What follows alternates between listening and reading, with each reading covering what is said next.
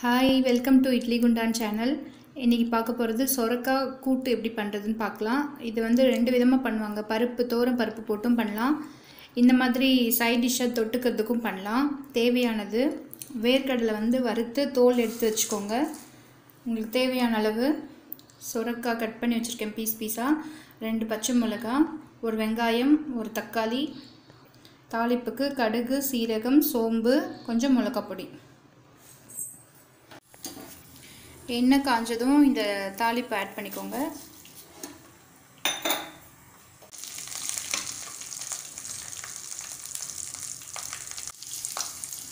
பச்சை மிளகாய், வெங்காயம் ஆட் பண்ணிக்கோங்க.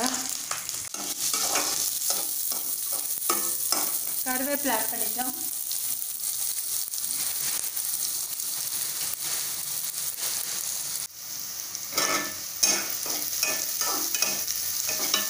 வெங்காயம் வதங்கினதுக்கப்புறம் தக்காளி, ஒரு 2 பல் பூண்டு தோல் எடுத்துகிட்டு தட்டி போட்டுக்கோங்க. மஞ்சள் பொடி,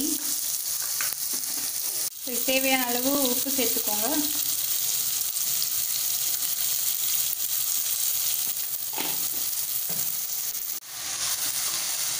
சொரக்காய் ஆட் பண்ணிக்கலாம். ஒரு 5 மினிட்ஸ் வதங்கினதுக்கப்புறமா மிளகாய் பொடியும் தண்ணியும் ஆட் பண்ணிக்கலாம்.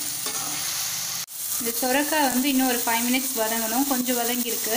அதுக்குள்ளே இந்த வேர்க்கடலை வந்து பொடி அடிச்சுக்கலாம். நம்ம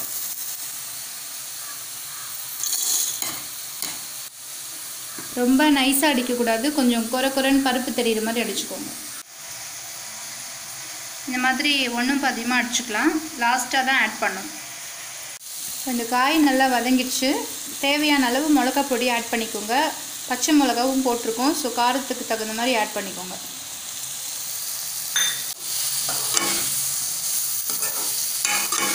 மிளகாய் பொடி போட்டு கலரி விட்டுட்டு ஒரு டம்ளர் தண்ணி ஊற்றிக்கோங்க. தண்ணி ஊற்றி அந்த காயை நல்லா கலரி விட்டு கொதிக்கும் போது நம்ம அந்த வேர்க்கடலை பொடி ஆட் பண்ணிக்கலாம். இப்போ இந்த சொரக்காய் வந்து நல்லா வெந்துருச்சு. இப்போ இந்த வேர்க்கடலை பொடியை ஆட் பண்ணிக்கலாம். இதை மிக்ஸ் பண்ணி விட்டு ஒரு 1 மினிட் இருந்தால் போதும். ஆஃப் பண்ணிவிடுங்க, ரொம்ப நேரம் விடாதீங்க.